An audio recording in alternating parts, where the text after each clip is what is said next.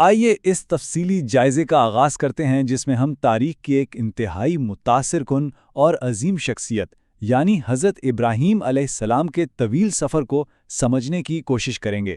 ہم دیکھیں گے کہ کیسے ایک غار میں چھپ کر پیدا ہونے والا بچہ انسانی تاریخ کا دھارا بدل دیتا ہے۔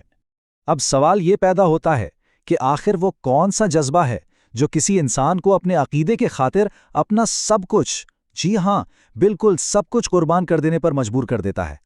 اس جائزے میں ہم دیکھیں گے کہ ان کی پوری زندگی دراصل کڑی آزمائشوں کا ایک ایسا سلسلہ تھی جس نے انسانی صبر اور ثابت قدمی کی تمام حدیں پار کر دیں۔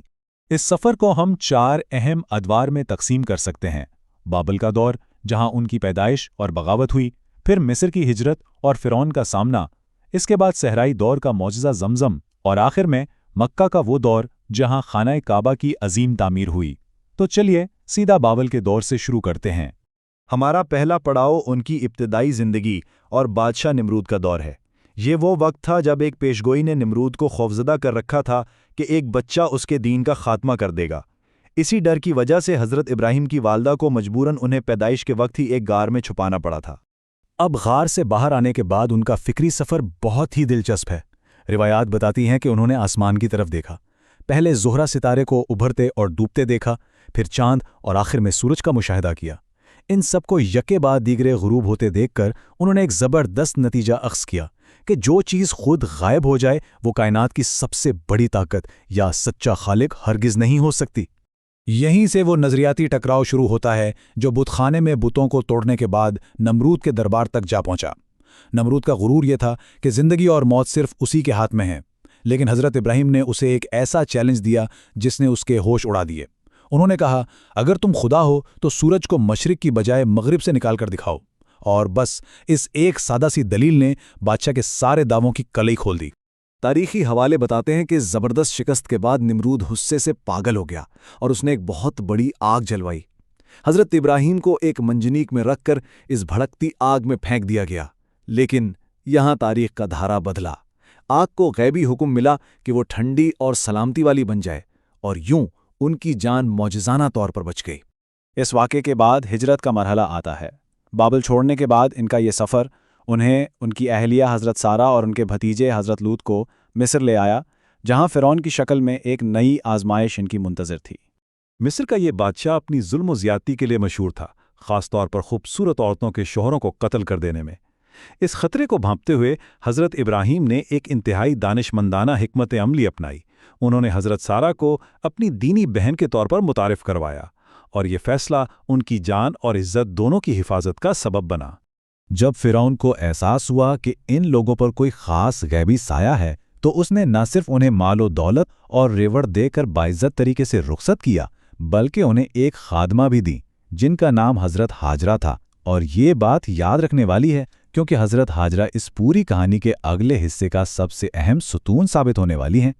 اب آتے ہیں معجزہ زمزم اور صحرائی آزمائش کی طرف۔ یہ وہ موڑ ہے جہاں یہ داستان ایک انتہائی جذباتی شکل اختیار کر لیتی ہے۔ ایک خدائی حکم ملتا ہے اور حضرت ابراہیم اپنی اہلیہ حضرت ہاجرہ اور ننھے بچے اسماعیل کو ایک سنسان بے آب و گیا اور بنجر وادی میں بالکل تنہا چھوڑ دیتے ہیں۔ ذرا تصور کریں، یہ توکل کی کتنی بڑی مثال تھی۔ یہاں ہمیں انسانی ہمت، بے بسی اور بقا کی ایک زبردست جدوجہد نظر آتی ہے۔ روایات کے مطابق اس تپتے صحرا میں حضرت ہاجرہ پانی کی تلاش میں صفا اور مروہ کی پہاڑیوں کے درمیان دوڑیں۔ سراب کو پانی سمجھ کر ایک پہاڑی سے دوسری پہاڑی تک بے تابی سے پورے 7 مرتبہ چکر لگائے۔ اور پھر اس طویل جدوجہد کا کیا شاندار نتیجہ نکلا۔ شیر خوار اسماعیل کے ننھے قدموں کے پاس اس بالکل خشک زمین سے پانی کا ایک معجزاتی چشمہ پھوٹ پڑا، جسے ہم زمزم کہتے ہیں، جس کا لفظی مطلب ہی ہے رک جا۔ اس پانی نے نہ صرف ماں بیٹے کی جان بچائی بلکہ پرندوں کو بھی اپنی طرف کھینچا، جس کے بعد وہاں جرہم قبیلے نے آ کر پڑاؤ ڈالا، اور یہی وہ لمحہ تھا جب مکہ شہر کی بنیاد پڑی۔ اب چلتے ہیں قربانی کے اس سب سے بڑے امتحان کی طرف جس نے تاریخ رقم کی۔ کئی سال گزر چکے تھے۔ 90 سالہ حضرت سارہ کے ہاں حضرت اسحاق کی پیدائش کا معجزہ بھی ہو چکا تھا، لیکن اب حضرت ابراہیم کو ان کی زندگی کی سب سے کٹھن، سب سے مشکل آزمائش کا سامنا تھا۔ انہیں مسلسل خواب آ رہے تھے جن میں انہیں اپنے اسی بیٹے کو قربان کرنے کا حکم دیا جا رہا تھا۔ اس مقام پر باپ اور بیٹے دونوں کا جذبہ تسلیم و رضا واقعی حیران کر دینے والا ہے۔ جب حضرت ابراہیم نے یہ خواب اور حکم اپنے بیٹے کو سنایا تو حضرت اسماعیل کا جواب تاریخ کے سنہری حروف میں درج ہو گیا۔ انہوں نے بغیر کسی ہچکچاہٹ کے کہا، آپ مجھے صبر کرنے والوں میں پائیں گے۔ ذرائع بتاتے ہیں کہ جیسے ہی یہ عظیم ترین قربانی عمل میں لائی جانے لگی، عین اسی وقت غیبی مدد آ پہنچی۔ چھری نے گلا کاٹنے سے انکار کر دیا، شیطان کے تمام تر وسوسے اور رکاوٹیں دم توڑ گئیں، اور غیب سے ایک مینڈھا متبادل کے طور پر پیش کر دیا گیا۔ وہ اس مشکل ترین امتحان میں بھی 100% کامیاب ہو چکے تھے۔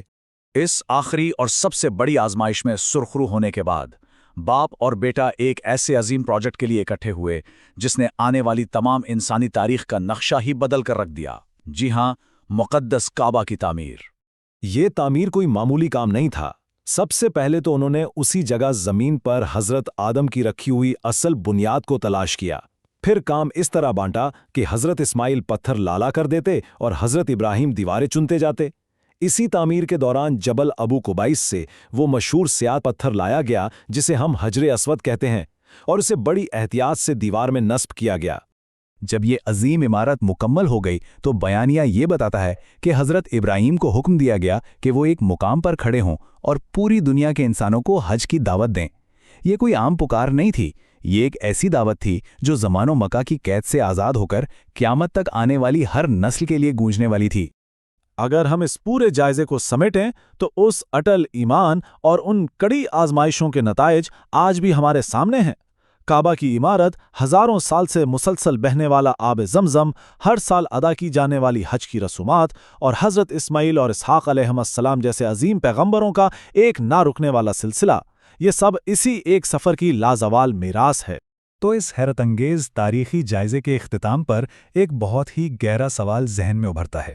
اگر ایمان کی یہ کڑی آزمائشیں ہی مستقبل کی سب سے عظیم اور پائیدار عمارتیں کھڑی کرتی ہیں، تو ہمیں سوچنا چاہیے کہ آج کے دور میں ہم اپنے رویوں اور اپنے فیصلوں سے آنے والی نسلوں کے لیے کیا تعمیر کر رہے ہیں۔ یہ ایک ایسا سوال ہے جو یقیناً ہمیں بہت کچھ سوچنے پر مجبور کر دیتا ہے۔